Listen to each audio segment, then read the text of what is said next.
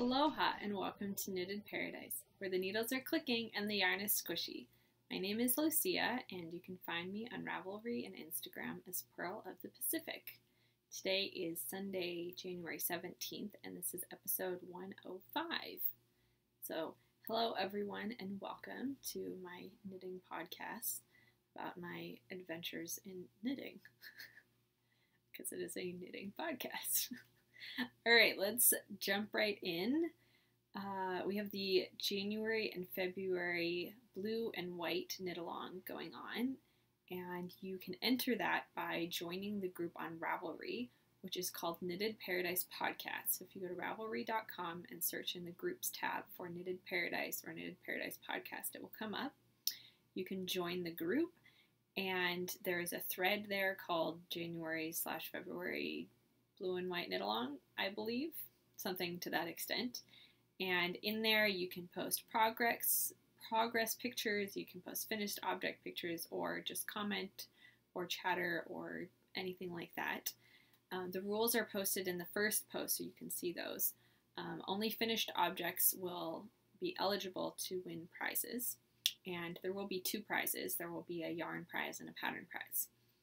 Not sure what those will be yet, but those will be to be determined. I like that because for 2-month knit-alongs, then to give two prizes, it kind of makes sense. And you can enter as many objects as you would like, as long as they're at least 50%, or a good portion, rather. I'm not going to say like 50%, whatever, but a good portion blue and or white. So any shade of blue. White, there isn't a whole lot of shades of white. I guess there's off-white and then white, and you get the picture. Anyway, anything that's blue and white, you can have other colors in it too, but just as long as it's the majority of blue or white, and or white, then you can enter that. And I love seeing everyone's projects so far. We've had a wide variety of things, from socks to mittens to hats. I think there's a couple shawls in there, some other interesting things. I don't think we have any sweaters yet,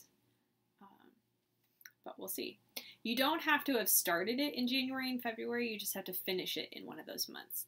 And feel free to double, triple, dip, whatever in any other knit along you have going on. So if you just happen to be knitting something that's blue and white, post a picture when you're done with it, and you will be entered to win a prize. Yay! So I will pull for those winners at the end of February, so we've got quite a while.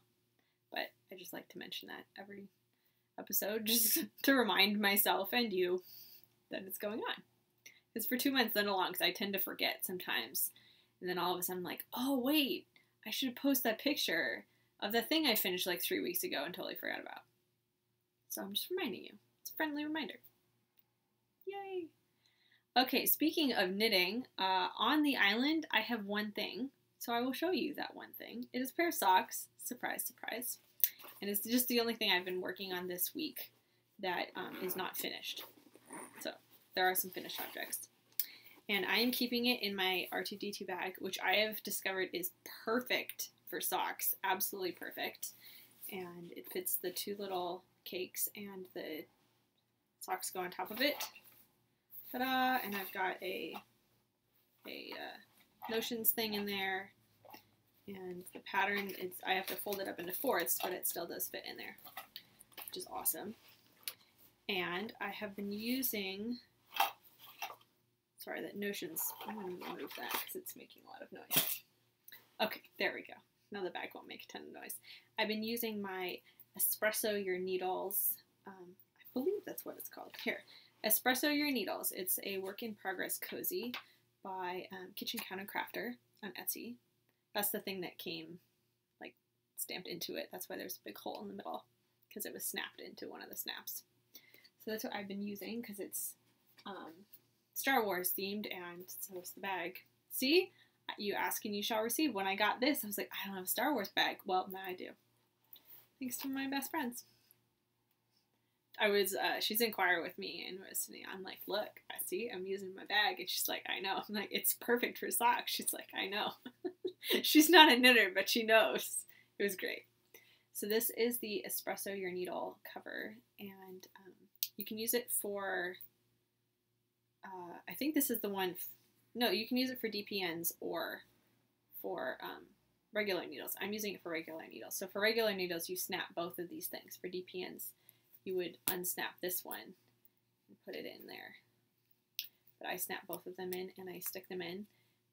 And it keeps it, so there's various things about this. I was sent this for review, just full disclosure, and I love it. It is perfect for this, for any sort of project.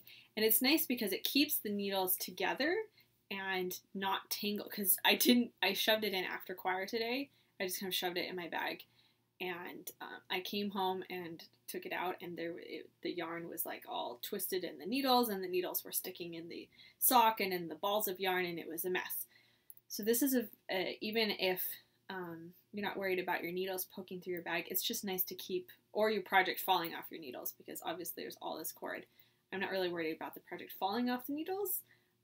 With DPNs, I think you would be more worried about a DPN falling out. So this is an excellent way to keep them all together. But just to keep your needles together and not tangled and everything. And I just put both, because there's 2 sets of needles here and 2 socks. And I just stick both of them in there and then just kind of fold it up and put it in the bag, and it's perfect. And there's no way these things are poking through. So it's got the awesomely nerdy fabric on the outside, and then the inside is this like kind of rustic nylon. It's not really rustic, but a thicker kind of woven nylon fabric on the inside. You can kind of hear the texture of that. And it's very thin, which I like. It's just the 2 layers of fabric. Because I have some other needle cozies that are also notions pouches, and they're interfaced and lined and stuff, so they have, I don't have any with me, but I'll show them another time to compare them. But they're thick, and they get in the way sometimes. So this one's it's very thin, and I like that because it's just for your needles. And I just stick my needles in like this. It's hard when you have 4 of them, and they're all over the place. But you just stick them in like that, snap it shut, ta-da! And shove it in your bag, and I like it a lot. And I don't even have to unsnap it, I just stick them in. So I'm really enjoying that. And I'm also really enjoying these socks. These are the Hoar Frost pattern by Louise Tilbrook, and I am knitting them out of KnitCircus in their Greatest of Ease base in the Brass and Steam colorway. And they start with a gray. Lovely, lovely gray. And then they go into like a purple almost. It's a very light grayish purple. You can barely see it. I didn't even notice it until I was knitting with them. And then they bring in some of the yellow, and then they end with this bright yellow. So I'm very excited about getting to that bright, bright yellow. So, ta-da! And that is how they are going so far. And this is a very, I feel like I've knit with their Greatest of Ease before, but I don't know if I have. Because this is it's a thicker, whatchamacallit, sock yarn. It's almost, I wouldn't call it a sport weight. It's not quite that thick. But it is a very heavy fingering. Sorry, I don't know how to show these on my hand. I suppose I could just bring a sock blocker, but then you don't get to see the top. But it's a very round yarn. I've noticed while knitting with it. It's very plump and round. And there's a ton of plies in there. I'm not going to take it apart and figure it out, but there's a ton of plies in there. And I really enjoy it. It's really thick and squishy. It makes this really squishy fabric. And I'm knitting them on a size 1, which is what I typically knit socks on.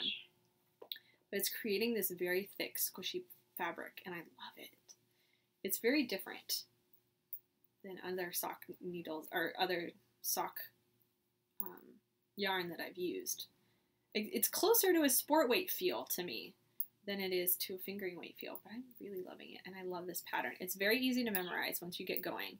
Figuring out the first time was a little tricky, but I'm really enjoying it. It's got this nice, it's a cable, but you don't need a cable needle that goes up the front. That was the hardest thing to figure out, was this thing, but once you do, then you're fine. And then it's got this lace up the side. Sorry, I have to sneeze. Okay, I think we're good now. It's funny because in like cartoons and stuff, they say put your finger under your nose to keep you from sneezing. It actually works. Like this pressure point right here keeps you from sneezing. I'll sneeze later to make up for it, but at the moment that was going to be very loud. So I didn't want to subject you to that. So then you do these cable thingies up the back. And I did my own heel, the deep pocket heel. It does call for a heel flap and gusset, and I think there are just a rib up the back, but I didn't do that. Just because then it rubs against my shoes and things happen. So, ta-da! So I have the heel turn on that one, the heel turn on this one, but I've only done like one repeat on the back of the leg. So, problem with doing these one at a time is I was counting the number of cables that I had done, and I thought I had counted right, and then I think it was last night right before I went to bed because I turned the heel, the second heel, and I counted right before I went to bed, and there were 17 repeats on one and 16 on the other, and they were at the same place in the pattern. I just turned the heel and hadn't done another round yet. Like I just finished the heel, and so the fronts should have been at the exact same point, and they were not. And so this morning I had to rip this one out because I tried them both on and they really fit the same. I really couldn't tell the difference, but I didn't want the yarn to change color at different points because I'm weird like that and I like it to change color at the same point. So it is right now. So I didn't want to screw that up.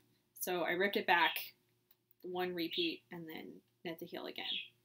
And then this is the one I was working on at choir this morning, which is why it's a little further.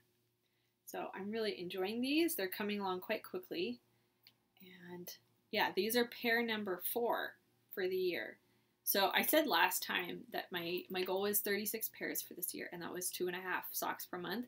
I miscalculated, it's 3. It's 3 socks per month, which is still, I think, doable for me. So I'm on pair number 4, so I'm getting ahead, which is fantastic for me. And I already have plans for a couple other pairs, so who knows how many I'll get done by the end of January. We'll see. But these are pair number 4, and yeah, those will probably get done this week. We'll see. I'm really enjoying it. And I did pull out some in the beginning because I wanted to make sure that I got to the yellow. And so I weighed how much I had left for my last KnitCircus socks and pulled that much off in the gray so that I would start them a little later because I wanted to get to the yellow. I didn't want to have leftovers of the yellow. I'd rather have leftovers of the gray, but I wanted the foot to be gray because that won't show dirt as easily, and then the yellow you can see when I wear them in shoes. So I did pull some off, and I will, it's actually both strands together. I did it by length this time instead of by weight. I did weigh it, but I pulled them at the same time from both cakes because they came in they come as 2 cakes dyed identically so that you can have matching socks, which is how I like it. So yay for KnitCircus. I love their yarn. This is my last of the yarn. I'll have to get some more. The funny thing is every time they go to a show that I go to, I tend to go into their booth to show them what I have knit out of their yarn and then walk out with another skein of yarn to knit a project out of. So that's kind of funny. But now I think I've caught up because there were some that I think I ran out or didn't have. Anyway, I've now knit 2 projects within a week or a couple weeks. So that's the only thing that's on the needles. So let's get on to set sail. I finished the honey badger socks that I showed last week, the pink ones. I finished them last Sunday and washed and blocked them and sent them off to their recipient. And she says they fit perfectly. And she is now sending me another skein of yarn to knit her another pair. So, ta-da! I get to add another pair of socks to my list, or to my sock chart. And yeah, so I was really happy that they fit. And yay, she loves them. So that's great to hear. But I don't have them to show because she has them. So the other thing I finished was my Skew socks by Lana Holden out of KnitCircus. These are Greatest of Ease. That's right. They are the same base. I thought they were. And it's thick. It's thick and round and squishy, and they're amazing. So this is Greatest of Ease base in the Race to the Cookie Jar gradient stripe pattern, or dye pattern, I guess you would, colorway. There we go. That was the word I was looking for.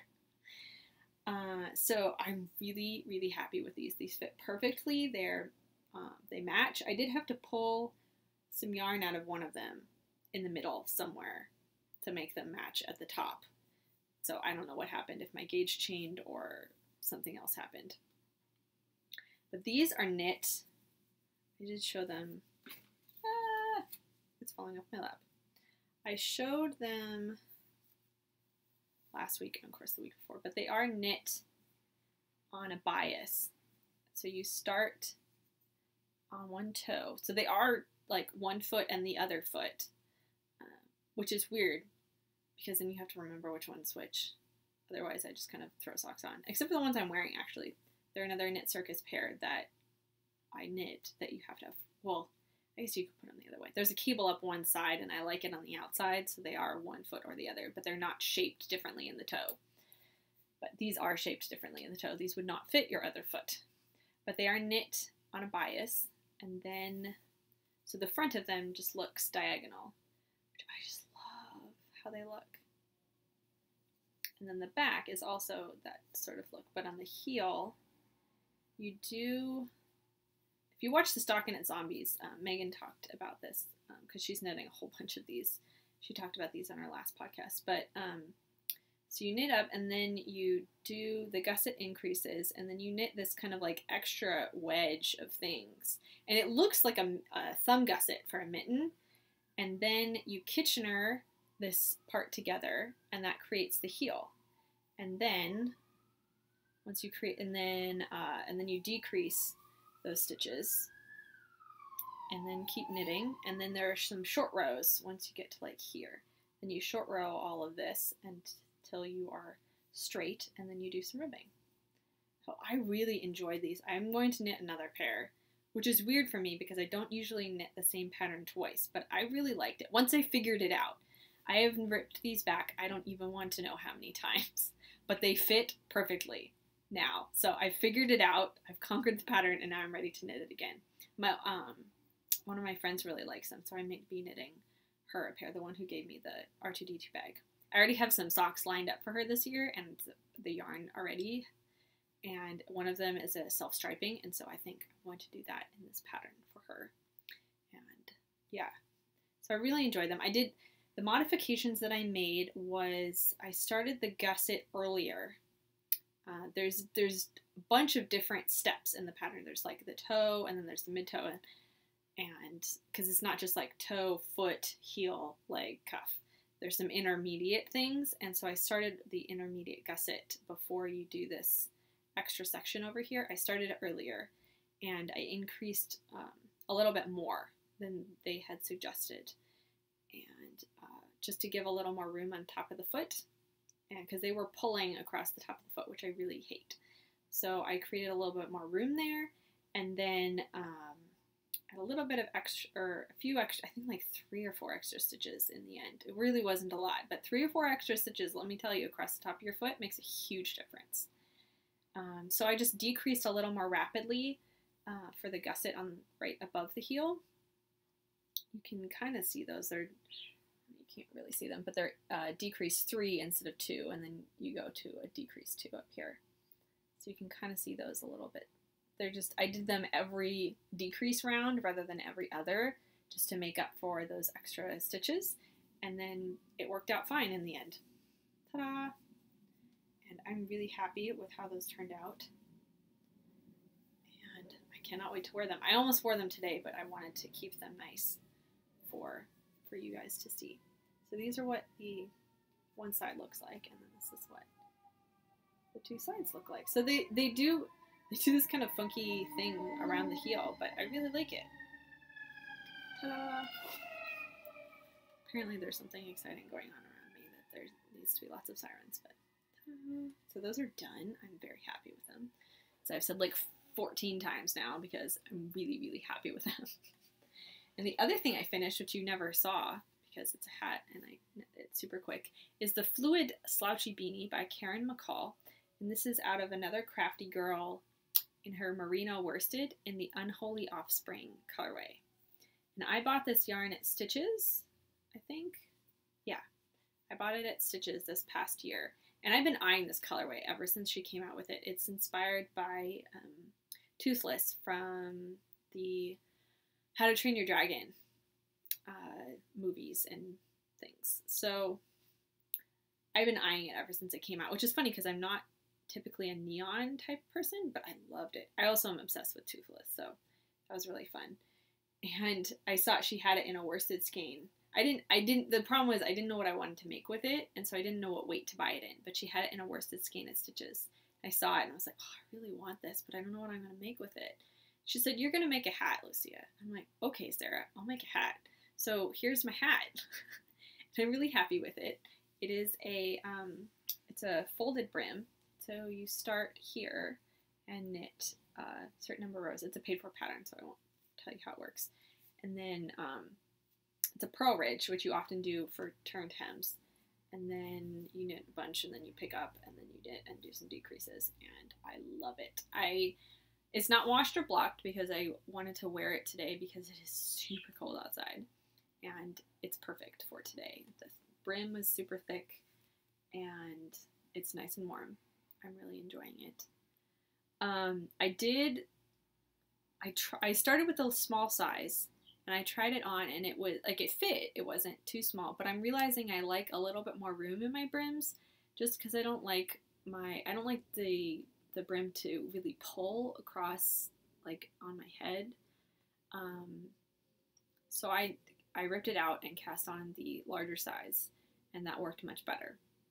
And then I was petrified that I would run out of yarn. So it's a little shorter, I think, than the pattern calls for, but I did have some yarn left over. I'm not going to rip it back because it fits just fine. Here, I'll put it on and show you. And it's just got a little bit of slouch in the back, which is just perfect. And I think when I block it, it'll pull out a little bit more. Because I was having problems with it today. I'm like, how do I get this to like fit right? And it's just enough that I can pull it down, you know, as far as I need to. And then if I don't need it if it's not that cold, then I can pull it back a little bit. And there's just a little bit of room in the back, which is exactly what I like. So it turned out perfectly for me, and I'm really happy with it. So yay. And also the larger size pull differently. Now I have hat head.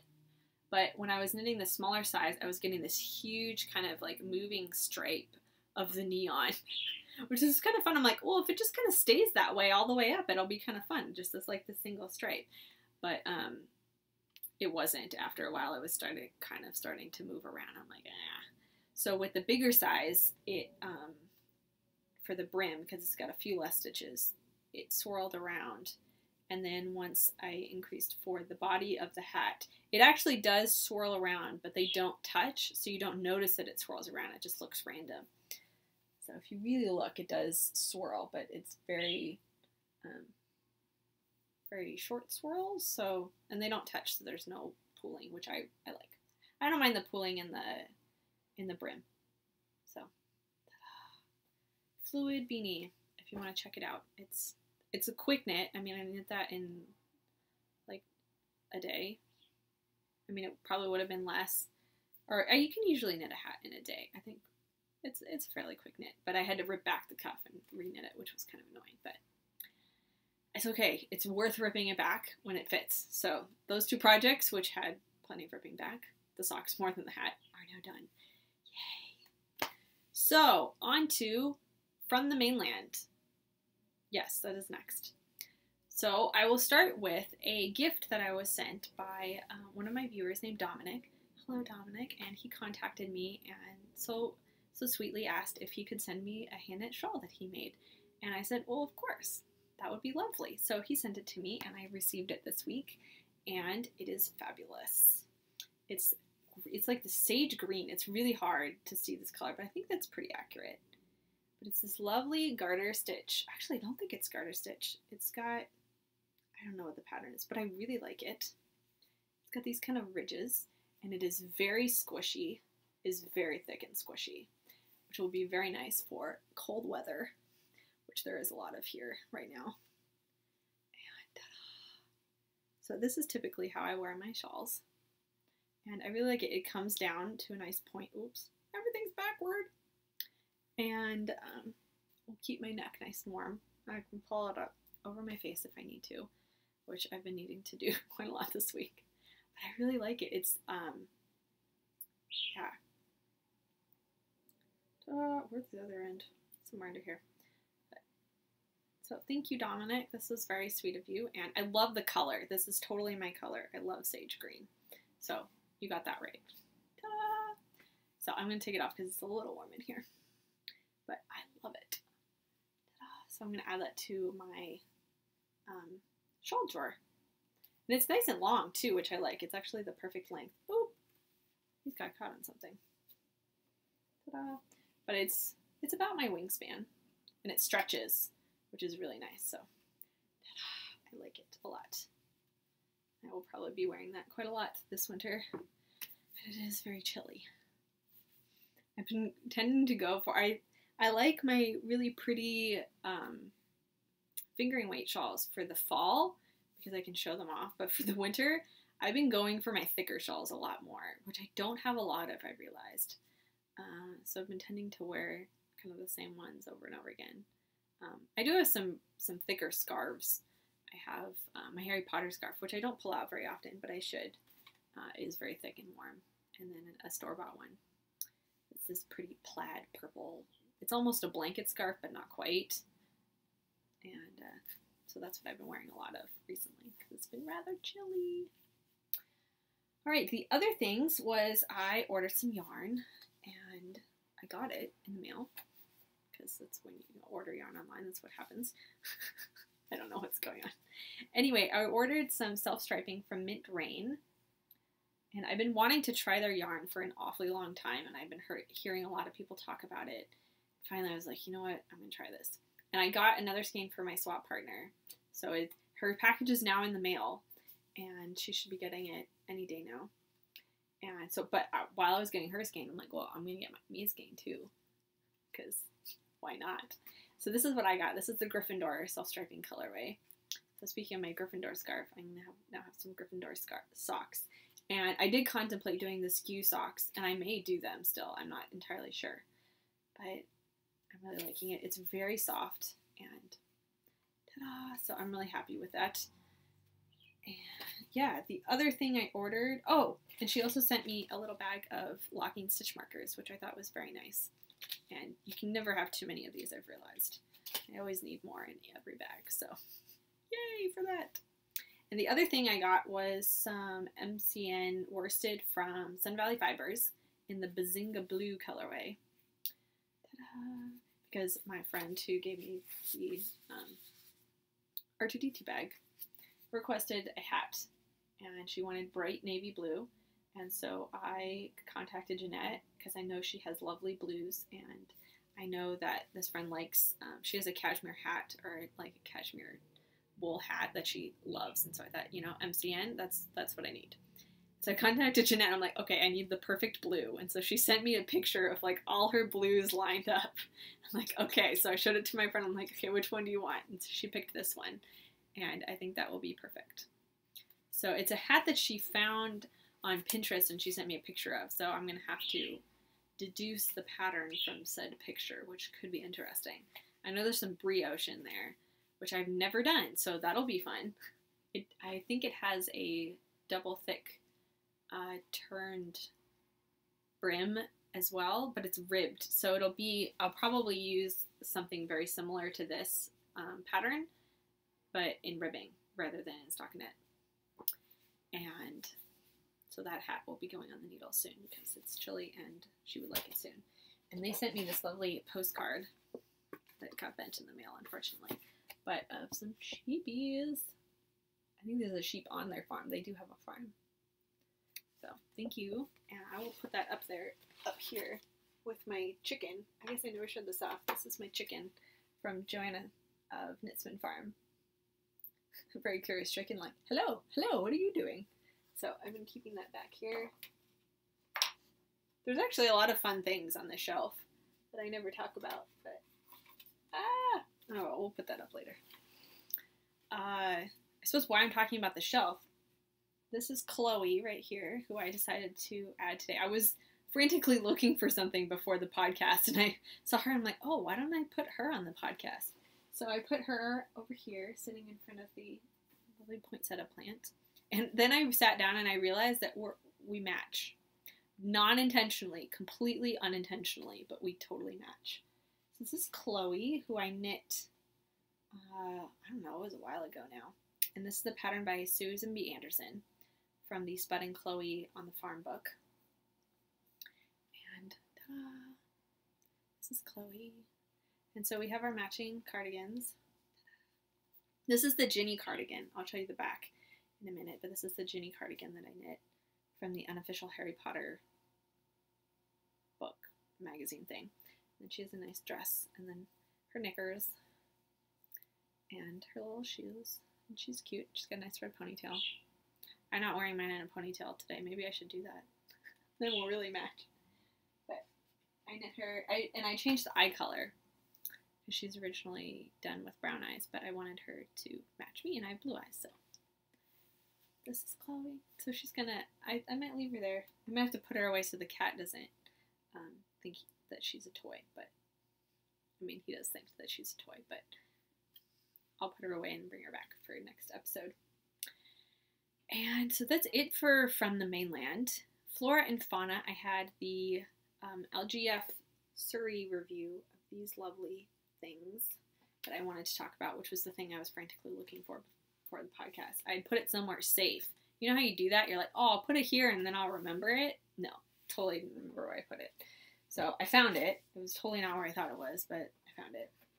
And this is a yarn flight, she called it. And this is LGF Suri's, and these are all the beautiful colors that she makes. And I met her at Vogue Knitting Live this fall. And she gave me this lovely yarn flight, which is like a yarn tasting box.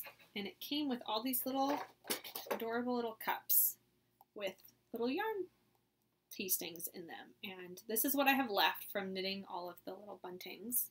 That was this bunting. Oops. This bunting. And ta-da. Now I dropped the thing on the floor. Hold on a second. Okay. And so these are all the colors that she does. And she raises her own alpacas, Suri alpacas. And LGF stands for Little Gidding Farm. And those are some of her alpacas. And there's some of the alpaca fleece and some of the dyed yarn. And so she does all of the raising and, I don't know if she does the shearing. I didn't ask her about that. And the dyeing of the yarn all in-house. And her husband, who is an engineer, has designed this studio for her that's like fully automated dye studio for her, which is totally awesome. I loved hearing about that, but that's the engineer in me. And these are the different bases of Suri yarn that she offers, which I will talk about. And if you want to know more, you can go to lgfsuris.com. So that's that. And so we'll start with, here's this one.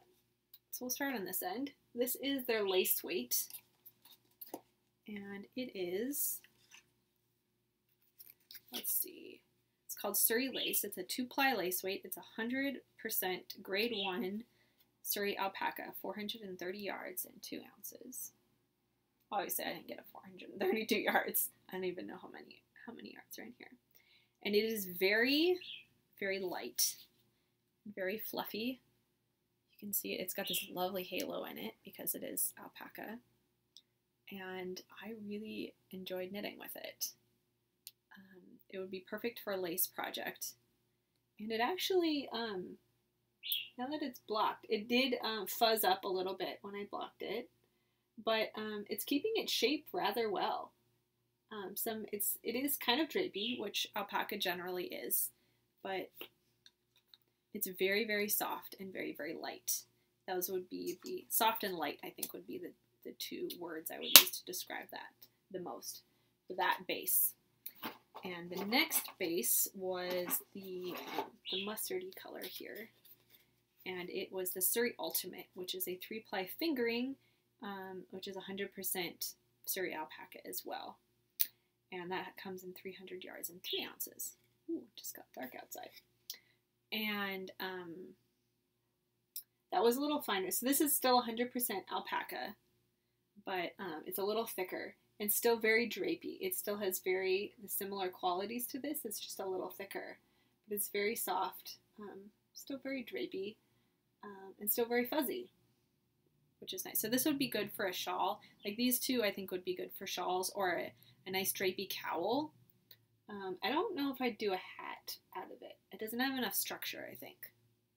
But a nice drapey shawl or cowl would be perfect for those. And let's see, what's next is the darker blue, which is this one. Luckily I had a little bit left over of each so I could keep track of which one was which. They're pretty easy to figure out. So this is a sport weight, and it does have some wool in it. So it's a little, it's got a little bit more structure and a little bit thicker. And I really liked this. I think this might have been my favorite out of them. I wouldn't, this one I would do for socks.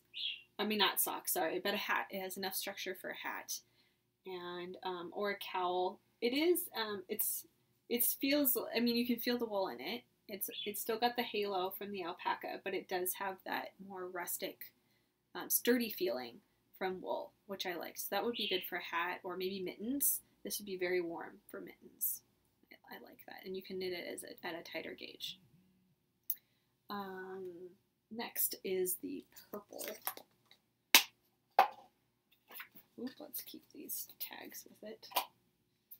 So they all come with these little tags. And ta-da. Ooh. So this one is the Suri sock. So this one has 55% Suri, 30% wool, and 15% nylon, and typically comes in 400 yards, 4 ounces. And it says there's washing instructions on the back, but what I was going ooh about is it says tip. This yarn can be brushed after finishing to raise a furry surface. So if you would like something furry, you can brush it and it'll be furry. I also really enjoyed this one, and I think you could make socks out of it. They would be very nice if you live in a colder climate and want warm socks. And so that was that yarn here. I can show it. I realized I should be showing these up close here. So it's a thicker yarn. It's fairly loosely plied, but I think it would still hold up to socks. It does have that, you can feel the sturdiness from the wool and the nylon, which is nice, but it does still have the soft fluffiness of the alpaca. It's this lovely tonal. They're all lovely tonals, which I love. And so, yes, nice. Yeah, I'll show this one up close. So this is the previous one, which is just the wool and alpaca. And you can still feel that they're all loosely, this one's loosely plied as well. So that I think would be nice for a nice warm hat. The last one, which is this one, is the thickest of them all, which is this kind of medium blue. Ta-da. I think this is a DK weight, and this is, 50% Suri, 50% wool. And this one is softer than this one, which is still wool and Suri, but this one's the 50-50. What is this one again? I'm getting confused. It's still Suri and wool, but I think the percentage is different. This is, this is a 60-40. Oops, sorry, this one is a 60-40. But it feels, you can feel the wool more in it than in this one. This one is softer and thicker, obviously, because it's a DK versus a sport. And still very light and fluffy, as you would expect from an alpaca. Sorry, this isn't in any sort of like nice ball or stuff. They were a nice, lovely wound little mini cakes, but this is what's left. And this is very light. I think this would be good for a, whatchamacallit, a hat would be good for this, or a cowl. I think this would be perfect for a cowl or a shawl. Something that you want around your neck because it's very soft and very warm. But it doesn't have as much structure as this one, which is interesting because it's got less wool in it, but it seems to have less structure. Now I'm dropping little cups on the floor. So that is my review of the LGF Suri. I would highly recommend it, especially if you love alpaca. It's very high grade, and I really enjoy knitting with all of them. And I knit them all, I think, on similar sized needles. I think these I knit on a 0. No, did I do these on a? I think this I did on a 0, 1, 1, 1. I think I did this one on a 2. So you can see they're all kind of similarly sized. But I think this one turned out the thickest, which is nice. It would be good for socks. I mean, even now that I'm like rubbing it, I'm not worried about anything happening to it. It feels very thick and sturdy, which is why it's called Suri sock. So I think you could make socks out of that and not have a problem. But this one's a little bit more drapey and soft. So I think you could even get socks out of this one. It just doesn't have the nylon in it. So I think it would be perfect for something with a little bit more structure that you don't necessarily need. You don't have those wear points that you do on a sock. Socks tend to wear more heavily than other things just because your feet are, you know, rubbing on them.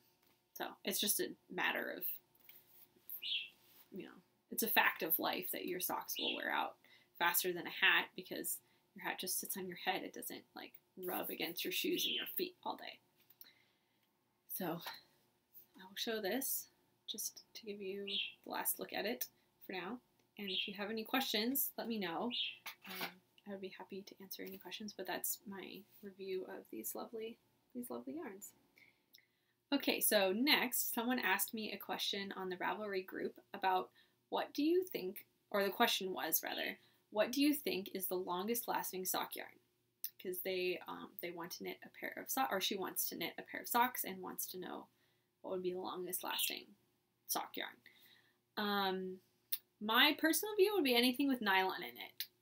100% merino. I think have a pair of socks like that, but those are not the best for socks. They're not the longest wearing. So things with nylon in them, things that feel a little bit more rustic. I know a lot of people swear by Regia and Patton's Croy yarn that is a little bit more rustic of a sock yarn and holds up extremely well. Thicker yarn at a tighter gauge often helps when I'm thinking about things that I use to knit for my husband because he tends to wear through socks more heavily than I do. And I've been starting to use more BFL nylon for him, and that tends to help because it seems to just be, it's a little more rustic of a wool rather than merino, which is a fine wool.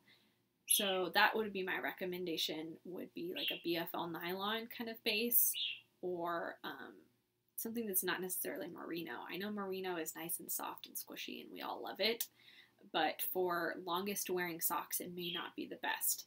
So something that you definitely want, I would want a superwash for my socks, just for, felting would change the size of them, would not be good. I know people who have done that and not necessarily washed them to felt them, but just wearing them will felt them. So that's something to watch out for. You can knit them out of non-superwash yarns. I know people have done that as well. But just be aware that they will most likely felt as you wear them. That's all. But something that's a little, just feels sturdy. You know, you don't want something super drapey like, you know, these over here. You can definitely, you know, see that there's a nice drape to that. You can, I don't know if you can see that or feel it. Whereas like this one tends to, you know, stay up more and be a little thicker. So test your gauge. You don't want something you want something that's a tight gauge. That's for sure. That helps with long lasting socks. There's a couple pairs of my husband's that I think I've knit the heel portion because he tends to wear out here, I'll show you on these socks, this part right here, which I know a lot of people do. And there are a couple pairs of socks where I've knit, like once I started the gusset, I knit that part until I turned the heel and it sized down from what I knit the rest of the sock in. And that tends to help. There's one of his socks that I think is 100%, there's no nylon in it, and they're in the mending pile constantly. I think I've mended them once, maybe twice, and they're back in the mending pile, and they're just sitting there. I need to actually mend them. I was talking about that last night. He's like, where are those green socks? Oops, they need to be mended. But I have a pair of his that, I forget what it was, but it was more, I think they were sport weight. They were sport weight socks, and I knit them at I think on 1.5s, which is a pretty tight gauge for me, at least. I'm a fairly tight knitter, and I have no problem with those. He did get a hole in them because it got caught on something, and it like ripped a hole in it, and then you could just see like the yarn just like that stitch just dropped down, or there were like 3 or 4 stitches that just started dropping down. And but the other sock is completely fine, and normally they tend to wear, you know, if one of them's gonna wear, they both gonna wear, and the other one's totally fine. So he remembers doing like something caught on the sock and then ripped that, and I mended it and it's fine. But that's something to keep in mind. But I think, yeah, they're sport weight socks for him. Tend to work. So it's kind of up to your feet too. I don't tend to wear through my socks, so I don't have problems with like 100% merino yarn for my feet. But I would, I know a lot of people do swear by the Regia and Croy, Patton's Croy, and I know those are becoming hugely popular right now. And they're coming out with, I know Regia, and Opal is another one that's kind of similar, that's kind of rustic feeling, that they're coming out with they have tons of fun self-striping pattern. It's like a self-patterning striping yarn that they look really fun. I've never tried them, so I can't say anything about them. I just haven't ever really come across them that much. I think I came across them in one yarn store, and there were just no colorways that were like, buy me, so I didn't buy them. But I've seen lots that are really, really fun. So those would be my recommendations for longest lasting socks. I hope that helps. If you have any more questions, let me know. That was kind of a long rant about longest lasting socks, but that is that. And I think that's the end of the episode. It looks rather long, although there were some stuff in the beginning that I was trying to get organized, so I know how to cut some of that out. I hope you all have a great week, lots of knitting time, and staying warm if you're in the northern hemisphere, and cool if you're in the southern hemisphere, because I know you're in the middle of summer. And yeah, thank you all for joining me. And oh, I'll show you the back of my sweater before I go. This is the Ginny cardigan, and it's got these lovely owls. I don't know if you can see that. These lovely owls at the back, which I love. And this is one of my favorite sweaters. I knit this out of Malabrigo. It's their single ply sport weight, or single ply DK weight. Now I can't remember what it is, but I love this sweater. It's one of my favorites, and there actually is grosgrain ribbon on both sides. And I got the buttons while I was visiting my family in Prague, and the buttonholes were too small, and so instead of ripping it out, because that would be a pain in the butt in single ply, I had my friend with an automatic buttonhole maker on his sewing machine make buttonholes, and it's perfect. And I love having the structure of the grosgrain ribbon on the back of the button band as well. It just holds it really nicely, and then I don't have to worry about it, you know, pulling at the point of the button. I mean, it doesn't really pull anyway, but ooh, that's the wrong buttonhole. And but it just lays really nicely.